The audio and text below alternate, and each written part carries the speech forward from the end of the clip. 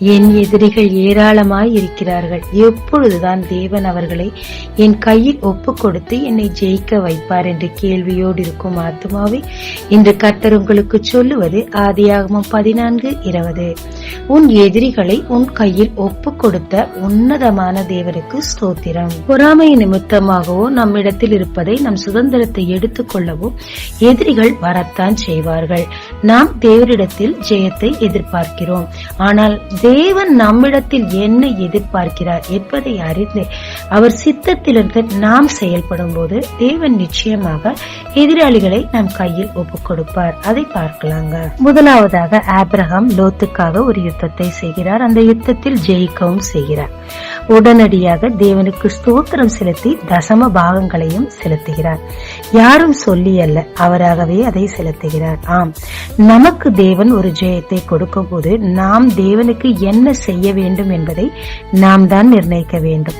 தேவ சித்தத்தின் பிரகாரமாக அதை அறிந்து அதை நாம் செய்யும் போது தொடர்ச்சியாக தேவன் நம் சத்துருக்களை நம் கையிலேயே ஒப்புக் கொடுப்பார். இரண்டாவதாக அன்னாள், அவள் எதிரி பெனினாள். பெனினாளை தேவன் அன்னாளின் கையில் ஒப்புக் கொடுத்தார். எப்படி? அதன் விதமே தனி. எது இல்லை என்று சொல்லி சொல்லி குத்தி காண்பித்து அவளை மனமடுவாக்கி அழச் செய்தாலோ அதை அன்னாளுக்கு கொடுத்தபடியினார் பெனினாளின் முகம் வெட்கப்பட்டது. ஆம், தேவரீர் நீர் எனக்கு ஒரு குமாரனை கொடுத்தால் அதை உமக்கே திரும்ப தருவேன் என்று சொல்லி பொருத்தனை செய்து ஜெபித்தாள். அவள் எதிரியை கர்த்தர் அவள் கையில் ஒப்புக் கொடுத்தாள். இவள் செய்ததுதான் என்ன? வார்த்தை மாறாமல் பொருத்தனை அப்படியே நிறைவேற்றினது மட்டுமல்லாமல் 2ஆம் அதிகாரத்தில் தேவனை துதித்து பாடி மகிழ்ந்தாள். மூன்றாவதாக தாவீது. தாவீதுக்கு தேவன் அவன் சத்துருக்களை அவர் கையில் கொடுத்தார். அப்படி கொடுக்கும் போதெல்லாம் தாவீது தேவனை பாடி துதித்து ஆராதிக்கிறார். எனவேதான் தேவனும் என் இருதயத்திற்கு ஏற்றவர் என்ற பட்டத்தை தாவீதுக்கு கொடுக்கிறார். ஆமாங்க, தேவன் நமக்கு ஜெயத்தை கொடுக்க வேண்டும் என்று நாம் நினைக்கும் போது அதற்கு தேவனுக்கு நாம் என்ன கொடுக்க வேண்டும் என்பதை முதலில் நினைக்க வேண்டுங்க.